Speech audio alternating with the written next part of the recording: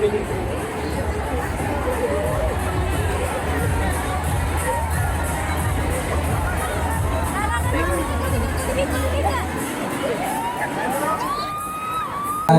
പറഞ്ഞില്ലേ, എനിക്ക് ലോട്ടറി അടിച്ച പോലെയായിരുന്നു എന്നെ ഒരു ഡയറക്ടർ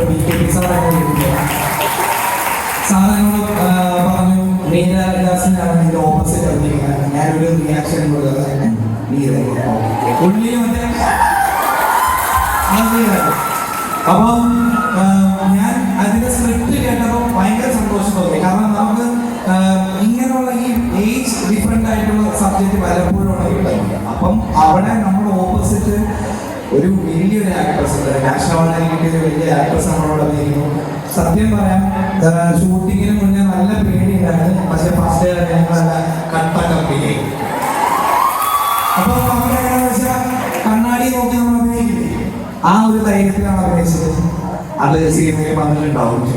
ഏറ്റവും ഇഷ്ടപ്പെട്ട കാര്യം, ഇതിന് തൊട്ട് മുന്നൊരു സിനിമ അനുരാഗം എന്ന് പറയുന്ന ഒരു സിനിമ ഞാൻ ചെയ്യുന്നത് ഞാൻ എഴുതിയ സിനിമയാണ്. അപ്പം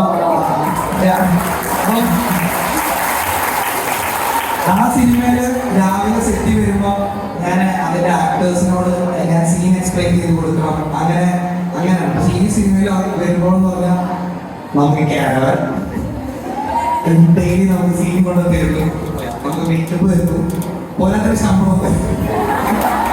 നമുക്ക് ഇഷ്ടമുള്ള ഒരു കാര്യം ചെയ്യാൻ വേണ്ടി നമ്മൾ ഇതെല്ലാം ചെയ്യുന്നൊരു സംഭവമാണ്. അപ്പൊ എനിക്ക് ഈ സിനിമയില് ഒരുപാട് അതായത് ഞാൻ ഈ ലോട്ടറി ഞാൻ പറയുന്നത് എനിക്ക് അങ്ങനെ ഒരുപാട് കാര്യം കിട്ടിയാണ്.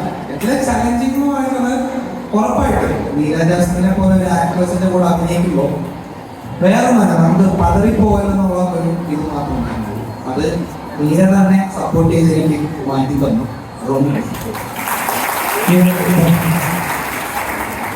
അശ്വിൻ പറഞ്ഞ പോലെ മീരാജാസിനോട് അഭിനയിക്കും അങ്ങനെയല്ല. ഫസ്റ്റ് ഡേ തന്നെ ഞങ്ങൾ നല്ല ഫ്രണ്ട്സ് ആയി. പിന്നെ ഞങ്ങൾ ബഡീസ് ഫ്രണ്ട്സാണ്.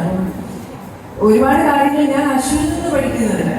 അശ്വിൻ ഒരു പുതിയ ജനറേഷൻ ഒരുപാട് കാര്യങ്ങൾ. അപ്പം എനിക്കൊരു ലേണിംഗ് എക്സ്പീരിയൻസ് ആയിരുന്നു. It was very enriching and learning experience and we had good fun together.